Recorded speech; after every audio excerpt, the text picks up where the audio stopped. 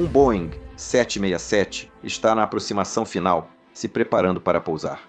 Na cabine de comando, ambos os pilotos sabem que em poucos segundos terão que pousar sua enorme aeronave sobre os motores e a barriga. O que causou isso e poderia ter sido evitado? Fique ligado.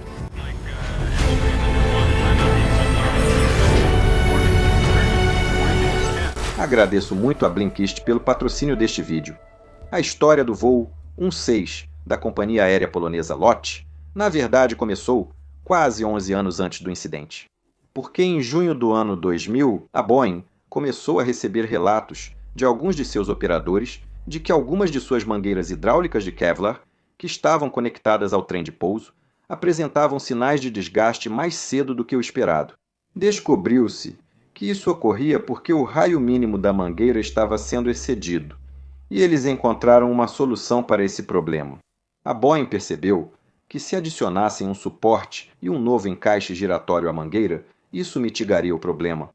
Eles enviaram um boletim de serviço aos operadores, dizendo que se fizer isso, se você instalar essas novas peças no sistema de mangueiras hidráulicas, isso resolverá o problema e aumentará a vida útil da mangueira. Esse boletim de serviço, no entanto, era um boletim de serviço de baixa prioridade, o que significa que não era obrigatório. A decisão de implementá-lo foi deixada a cargo dos operadores. A LOT Polish Airlines decidiu, após revisar seus próprios dados, não implementá-lo nesta aeronave em particular. Essas mangueiras hidráulicas precisavam de revisão obrigatória a cada 6.000 horas, e a última vez que essa mangueira de Kevlar em particular havia sido inspecionada foi cerca de 6 meses antes do incidente. E não foi encontrado nenhum problema com ela nessa inspeção. Outro recurso técnico que você precisa entender para que essa história faça sentido é o arranjo dos disjuntores dentro do cockpit do Boeing 767. Então, os disjuntores são esses pequenos botões redondos que ficam localizados principalmente atrás tanto do comandante quanto do primeiro oficial. Se você entrar no cockpit e olhar atrás deles, vai ver que há fileiras e mais fileiras desses disjuntores. Eles funcionam exatamente como os fusíveis que você tem dentro da sua casa. Se a carga elétrica que passa pelo disjuntor exceder um limite pré-determinado, o disjuntor vai desarmar. Isso significa, nesse caso, que ele vai saltar para fora do painel e vai mostrar um pequeno anel branco para destacar que foi desarmado. E então ele vai cortar a energia dos componentes que estão conectados àquele disjuntor específico, certo? Eles são organizados em forma de grade, onde você tem letras na vertical e números na horizontal. Então, se um piloto precisa encontrar um disjuntor, por exemplo, se for dito em um checklist normal que ele deve puxar um disjuntor específico, bem, então eles entram e procuram por Alpha 1 ou Foxtrot 6, por exemplo. O painel de disjuntores que fica atrás do copiloto é chamado de P6, e o que fica atrás do comandante é chamado de P18. No Boeing 767, esses painéis de disjuntores iam até o chão, e a Boeing começou a receber feedback de que a fileira mais baixa de disjuntores ficava tão próxima do chão que os funcionários da limpeza, ao limpar a cabine de comando, poderiam acidentalmente puxar um disjuntor, ou um piloto, ao colocar sua mala de voo, poderia fazer exatamente a mesma coisa. A Boeing ouviu esse feedback. Então, a partir do Boeing 767, com o número de produção 863 em diante, eles instalaram uma espécie de grade de proteção para proteger o disjuntor. Mas esse Boeing 767, que esteve envolvido nesse acidente, era o número 659. Então ele não veio com essa grade de proteção, e essa grade poderia ser instalada posteriormente por um custo extra, mas isso não havia sido feito nessa aeronave. No final da noite, de 1º de novembro de 2011, a tripulação do voo 16 da LOT Polish Airlines começou a se preparar para o voo do Aeroporto Internacional de Newark, nos Estados Unidos, com destino ao Aeroporto Internacional de Varsóvia, na Polônia. Quando eles saíram da aeronave, ela já havia sido inspecionada por um engenheiro de uma empresa de engenharia externa e ele não encontrou nenhum problema na aeronave.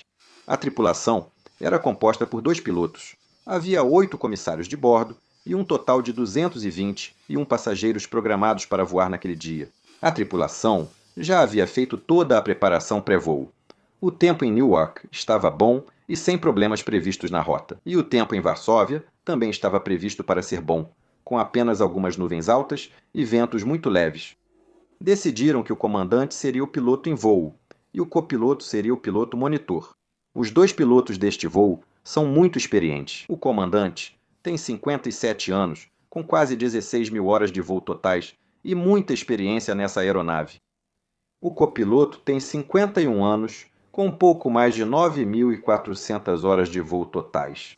O comandante iniciou a inspeção externa da aeronave e o copiloto fez a inspeção de segurança e o procedimento preliminar do cockpit, conforme estipulado pelos procedimentos operacionais padrão, pela LOT nesse momento.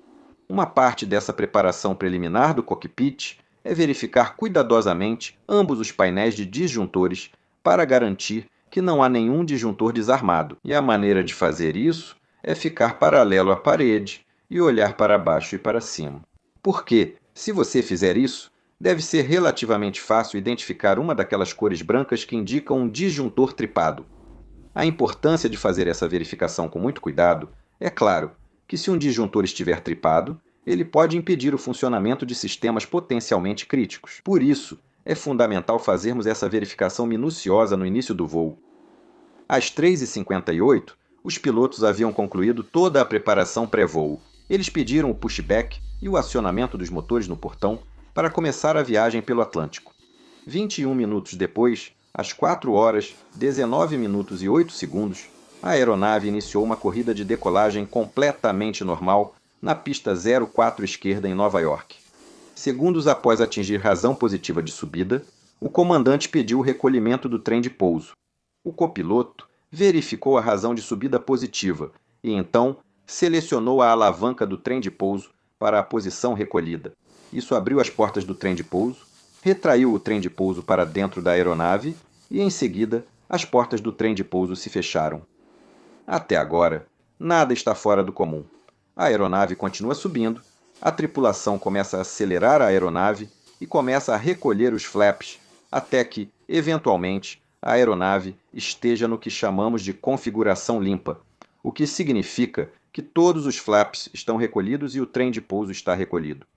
Sem que soubessem, assim que recolheram o trem de pouso, a mangueira hidráulica de Kevlar, que mencionamos anteriormente, conectada ao trem de pouso direito, desenvolveu um vazamento muito próximo de onde estava conectada ao atuador hidráulico. Esse era um vazamento consideravelmente grande e, rapidamente, começou a esvaziar o sistema hidráulico central. À medida que a pressão nesse sistema diminuiu, gerou um aviso do ACAS dentro da cabine que dizia: verificar pressão do sistema hidráulico. Os pilotos reagiram a esse aviso como deveriam, pegando no manual de referência rápida e lendo a checklist associada a esse aviso. Agora, o Boeing 767 possui 3 sistemas hidráulicos: o esquerdo, o direito e o central. Esses sistemas hidráulicos são parcialmente redundantes. Isso quer dizer que, se um sistema falhar, os outros compensam e assumem suas funções. Isso vale principalmente para os comandos de voo, garantindo o controle da aeronave, mesmo sem os sistemas hidráulicos. Esquerdo, direito ou central. Mas há alguns sistemas que não possuem redundância hidráulica. Um desses sistemas é o sistema de extensão e retração dos flaps, e outro é o sistema de extensão do trem de pouso. Agora, esses sistemas têm redundâncias elétricas. Isso significa que se o sistema hidráulico central falhar, responsável por ambos, a extensão e retração dos flaps e a extensão e retração do trem de pouso, bem, então você ainda conseguirá estender o trem de pouso. Enquanto seguiam o checklist, os pilotos perceberam que precisariam usar sistemas alternativos. Mas a aeronave está em configuração limpa. Nada neste checklist nos impede de seguir voo para Varsóvia. Provavelmente, é bom fazer isso se tivermos algum problema, já que precisamos queimar ou descartar o combustível. Então, depois que eles passaram pelo checklist, entraram em contato com o centro operacional e informaram sobre o problema. E juntos, decidiram que, sim, vocês podem continuar o voo para Varsóvia. Não há problema quanto a isso. Para aqueles de vocês que acham que isso parece uma decisão estranha, afinal de contas, eles acabaram de decolar de um aeroporto perfeitamente funcional. Por que eles não voltam e resolvem isso? Posso dizer sinceramente que teria tomado a mesma decisão dessa tripulação. Não há nada no checklist que os impeça de operar sobre o oceano.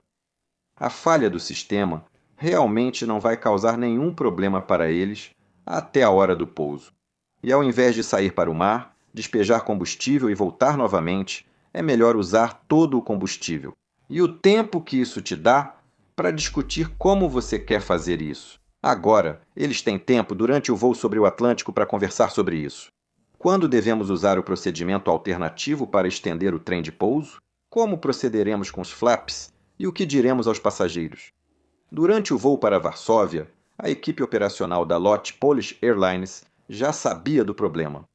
Assim como a tripulação, eles também não viam problema nisso. Então, não havia nenhuma força-tarefa sendo montada, não havia nenhum grupo se preparando para auxiliá-los quando chegassem a Varsóvia. Por que isso? É na prática um procedimento um pouco diferente, algo que não fazemos com muita frequência, mas que praticamos bastante em simuladores de voo. Durante o voo, o comandante chamou o chefe de cabine à cabine de comando e explicou que havia um problema no sistema hidráulico. Mas ambos decidiram que não havia motivo para falar com o restante da tripulação, porque não havia diferença no procedimento. Não haveria nada diferente com os pousos nem riscos associados a isso. Naquele momento, o restante da equipe de cabine não sabia de nenhum problema.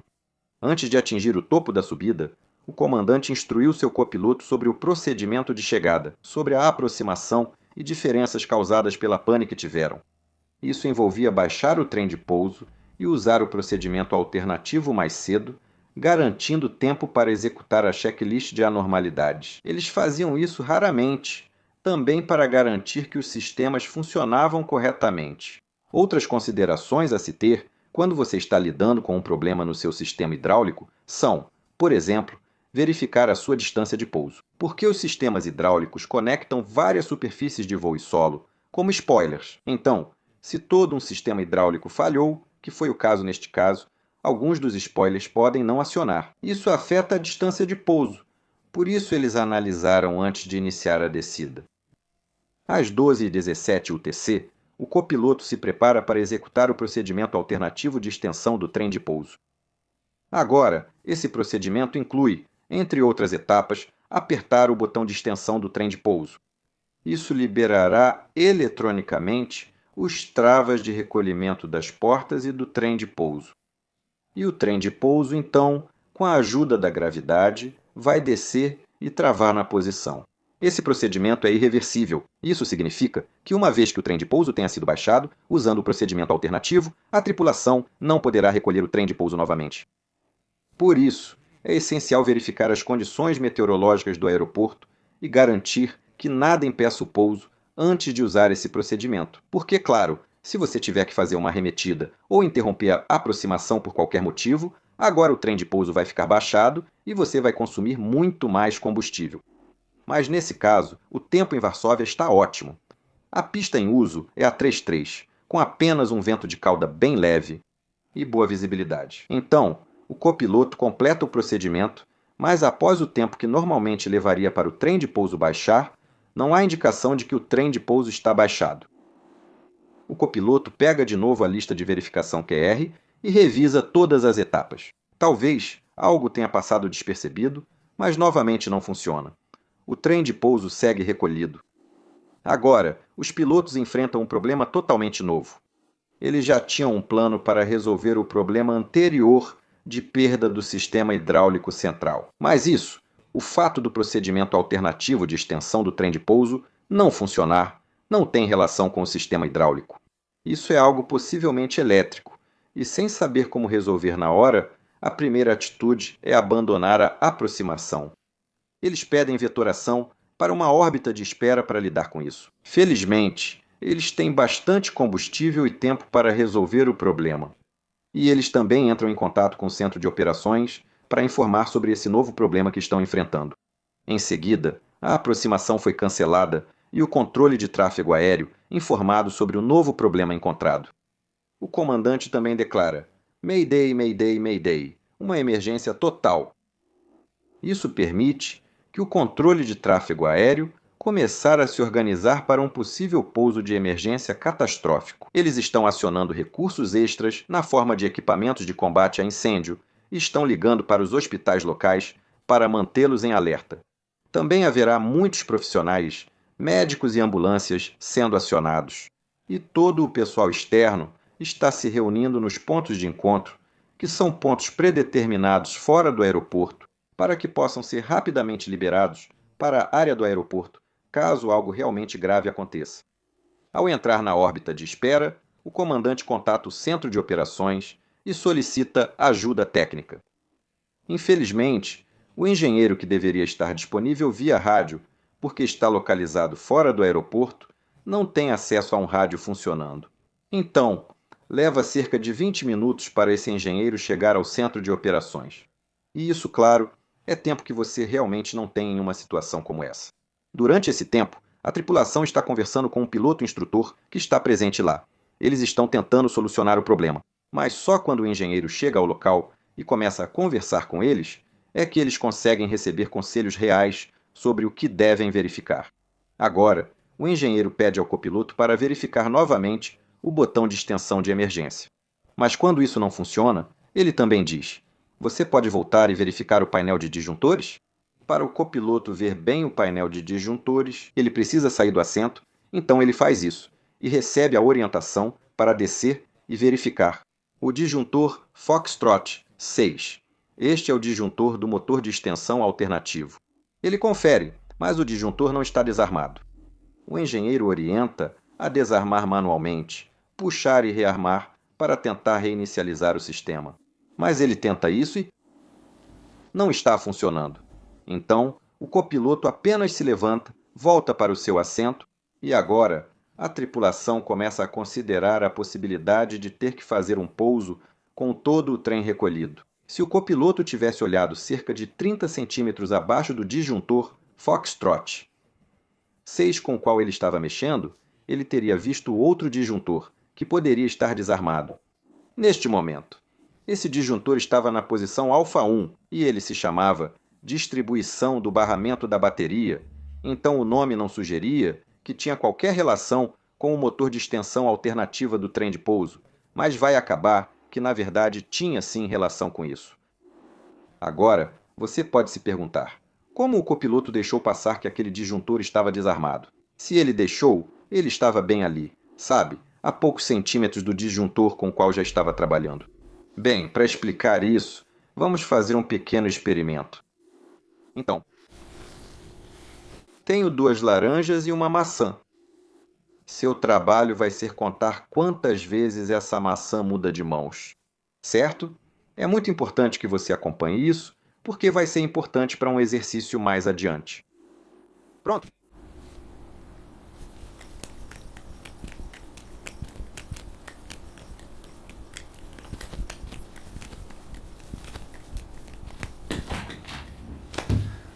Certo. Quantas vezes isso ocorreu? Bom, você também notou o estabilizador vertical da aeronave se movendo na parte inferior da tela ou os gatos passando atrás da cadeira? Houve mais alguma coisa que mudou ao mesmo tempo? Escreva nos comentários abaixo o que você viu agora que já assistiu ao vídeo. O objetivo inteiro deste exercício era mostrar algo chamado atenção seletiva. É quando nós, qualquer ser humano na verdade, quando estamos sob estresse e recebemos uma tarefa específica, nossa atenção vai se concentrar unicamente nessa tarefa, certo? Provavelmente, vamos ficar com visão de túnel em relação a todo o resto. É bem possível que isso tenha ocorrido com o copiloto, já que ele estava sob forte pressão e a situação já era estressante. E ele recebeu uma tarefa da equipe de engenharia para procurar um disjuntor específico, puxá-lo e resetá-lo. Também é possível que, se o engenheiro tivesse dito: "Você pode voltar e verificar fileira por fileira. Verifique se não há nenhum disjuntor desarmado", ele teria visto aquele disjuntor desarmado, certo? Mas como ele recebeu a tarefa de ir até o Foxtrot 6 e trabalhar com isso, a atenção dele provavelmente ficou focada apenas naquele disjuntor. Nunca saberemos ao certo, mas é uma explicação. Enquanto isso, Ocorre na cabine de comando. O comandante também conversava com o chefe de cabine. O chefe de cabine estava na cabine de comando, enquanto o copiloto verificava o painel de disjuntores. O comandante avisou o chefe de cabine sobre a possível aterrissagem de emergência, e ele saiu. Ele instrui toda a tripulação de cabine a começar a preparar a cabine, e eles fazem isso fazendo um anúncio aos passageiros, explicando como funciona a posição de impacto e explicando o que pode vir a acontecer, e também como usar a saída de emergência sobre a asa, caso precisem ser usadas, e como a evacuação realmente vai acontecer. Não há pânico nesta aeronave. Isso se deve principalmente ao profissionalismo da tripulação de cabine, que explicou tudo com calma e cordialidade. Isso demonstra a importância do trabalho da tripulação de cabine em emergências como esta. Fora da aeronave, 2 F-16 da Força Aérea Polonesa interceptaram a aeronave. Eles fizeram isso só para checar a posição do trem de pouso.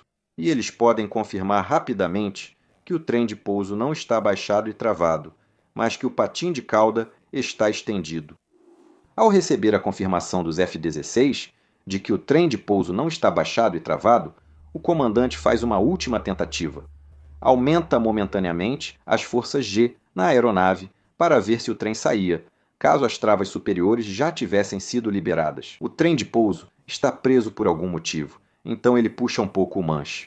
Isso gera temporariamente forças G que poderiam empurrar o trem de pouso para fora, mas nada acontece. O comandante avisou o controle de tráfego aéreo sobre a possibilidade de pouso com o trem de pouso recolhido, e o controle informou os serviços de emergência, que começou a soltar espuma cerca de 3.000 metros da pista 33 para a chegada da aeronave. Deve-se mencionar neste ponto também que a Boeing não recomenda espumar a pista, usar espuma extintora, porque isso na verdade não ajuda tanto assim. Além disso, quando os serviços de emergência fazem isso, consomem muita espuma, que eles podem precisar caso algo aconteça, caso um incêndio comece, e leva cerca de 30 minutos para reabastecer um caminhão de bombeiros depois que ele fica sem espuma. Mas neste caso, ainda havia bastante tempo até a aeronave chegar. Então o serviço de resgate conseguiu reabastecer caminhões com mais espuma.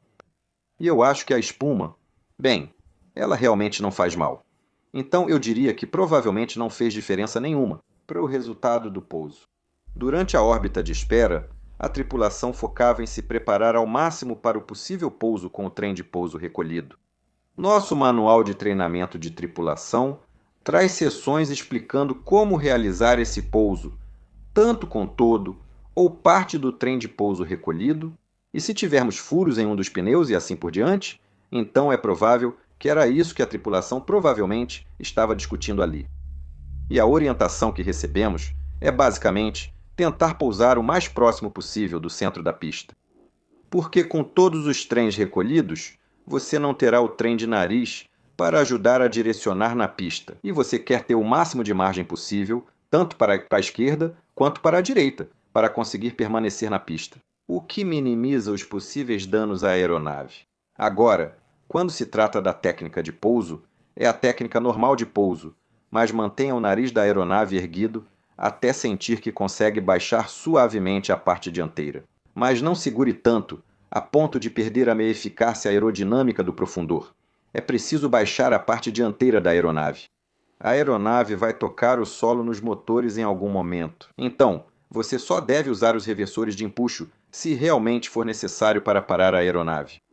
Isso ocorre porque, ao tocar o solo com os motores, eles podem ser danificados, impossibilitando o uso dos reversores de empuxo em um ou ambos. Se você usar o reversor de empuxo em só um motor, isso pode causar outro problema para manter o controle direcional. A próxima coisa que precisamos pensar é se queremos ou não acionar os spoilers nas asas. O manual de treinamento da tripulação de voo diz novamente que só devemos acionar os spoilers se tivermos problemas com a distância de pouso, e a ideia ali é que, se tocarmos as asas no solo, elas podem ser danificadas, e você não quer correr o risco de não conseguir recolher os spoilers novamente caso precise evacuar pelas asas. Os pilotos optam por ficar na órbita de espera até atingir o mínimo de combustível. Eles iniciam a aproximação para a pista 33. Antes da aproximação, o comandante conversa novamente com o chefe de cabine e dá uma instrução incomum. Ele diz: avise a tripulação de cabine para iniciar a evacuação imediatamente quando pararmos na pista, mesmo sem minha ordem. Então isso vai um pouco contra os procedimentos operacionais padrão. Normalmente, a tripulação de cabine só inicia a evacuação após o comando do comandante, exceto quando seja óbvio que isso é necessário, como no caso de um incêndio, ruptura da aeronave, pouso na água ou fumaça densa. Mas neste caso, o comandante dá essa ordem. O chefe de cabine repassa essa ordem para o restante da tripulação de cabine e então eles iniciam a aproximação. O comandante é o piloto voando. Eles estendem os flaps a 20 graus pelo procedimento alternativo, porque lembre-se, eles ainda estão com problemas nos sistemas hidráulicos e o comandante faz uma aproximação perfeita para o pouso, bem no eixo da pista, exatamente como esperado. A traseira da aeronave toca a pista primeiro, depois desce sobre ambos os motores e durante a corrida de pouso. Algumas faíscas saem dos motores, especialmente do lado direito do motor número 2, mas ele se mantém no eixo da pista usando o leme de direção, que é efetivo até cerca de 60 nós. Ele para perfeitamente no centro da pista, logo após a interseção com a pista 29. Ao parar, um pequeno incêndio surge no motor 2, mas é rapidamente extinto pelos serviços de combate a incêndio que aguardavam a aeronave. A evacuação começa imediatamente na traseira da aeronave, mas é um pouco atrasada na dianteira. E isso acontece porque o chefe de cabine hesita um pouco devido ao pouso relativamente tranquilo. Ele só quer ter certeza de que o comandante ainda deseja que eles evacuem. Então ele coloca a cabeça para dentro e pergunta ao comandante. O comandante confirma: sim, vamos evacuar. E cerca de 12 segundos depois, as portas dianteiras são abertas. Toda a aeronave é evacuada dentro dos 90 segundos estipulados. E as únicas duas pessoas que ficam para trás são o comandante e o chefe de cabine, que percorrem toda a aeronave para garantir que não há passageiros deixados para trás antes de também deixarem a aeronave. Em termos de feridos, este pouso de emergência e evacuação foi um tremendo sucesso. Nenhum dos passageiros ou tripulantes acabaram se ferindo no incidente. Assim que os bombeiros terminaram de cuidar da aeronave, a investigação e a recuperação da aeronave começaram. Primeiramente, eles precisavam encontrar um guindaste grande o suficiente para conseguir levantar esse enorme Boeing 767 do chão. Isso levou alguns dias, e quando o guindaste chegou, eles conectaram a aeronave a uma unidade de energia em solo, e o guindaste levantou a aeronave. Durante esse tempo, com a aeronave suspensa, uma equipe de investigadores no cockpit já havia encontrado. Eles encontraram o disjuntor desarmado na posição Alfa 1, então eles religaram o disjuntor. E então, eles acionaram novamente o interruptor de extensão alternativa, e desta vez, a extensão alternativa do trem de pouso funcionou perfeitamente. Desde o início, a equipe de investigação já tinha uma boa ideia da causa disso. Eles analisaram o cockpit, os gravadores de voz e dados de voo, além dos depoimentos das testemunhas envolvidas. E eles elaboraram o relatório final. E no relatório final, eles afirmam que o motivo desse acidente foi a ruptura da mangueira de Kevlar, que causou a perda do sistema hidráulico central. Depois, veio o fato de que o copiloto, enquanto trabalhava com o disjuntor Foxtrot 6, não percebeu o possível disjuntor Alfa 1 desarmado. E dizemos, talvez desarmado, porque não há indicação de quando esse disjuntor foi desarmado, se ele já estava desarmado desde o início do voo, se aconteceu durante o voo ou se ocorreu como parte da pane, porque não há indicação no cockpit de um disjuntor desarmado. E neste caso, neste disjuntor específico, também não havia registro dele no gravador de dados de voo. Nunca saberemos exatamente quando esse disjuntor foi desarmado. O fato de ele estar desarmado quando tentaram baixar o trem de pouso, pelo procedimento alternativo, impediu o sucesso desse método. Houve algumas recomendações que saíram desta investigação para a Boeing. Recomendaram alterar a estrutura da checklist de procedimentos não normais, que, caso o trem de pouso não fosse estendido utilizando o procedimento alternativo, deveria haver mais orientações para a tripulação sobre como proceder. deveria ser obrigatório instalar proteção no painel de disjuntores para evitar que um disjuntor seja desarmado acidentalmente. E para que a companhia aérea implementasse o boletim de serviço, que teria protegido a mangueira de Kevlar hidráulica desde o início. A aeronave ficou tão danificada pelo pouso, sem o trem de pouso, que não foi considerado economicamente viável repará-la. Por isso, é registrado como perda total de uma aeronave, mas com um resultado muito positivo. Isso se deve principalmente ao profissionalismo da tripulação durante o voo e o pouso de emergência, e ao ótimo trabalho da tripulação de cabin e passageiros na parte traseira da aeronave. Vocês sabem que tem outro canal chamado Menturnal? Sim, eu tenho, e nesse canal faço vídeos sobre eventos atuais da aviação. Eu faço transmissões ao vivo, conteúdo interativo e explico coisas sobre as quais vocês possam ter dúvidas. Basicamente, como era o antigo conteúdo do Mentor Pilot.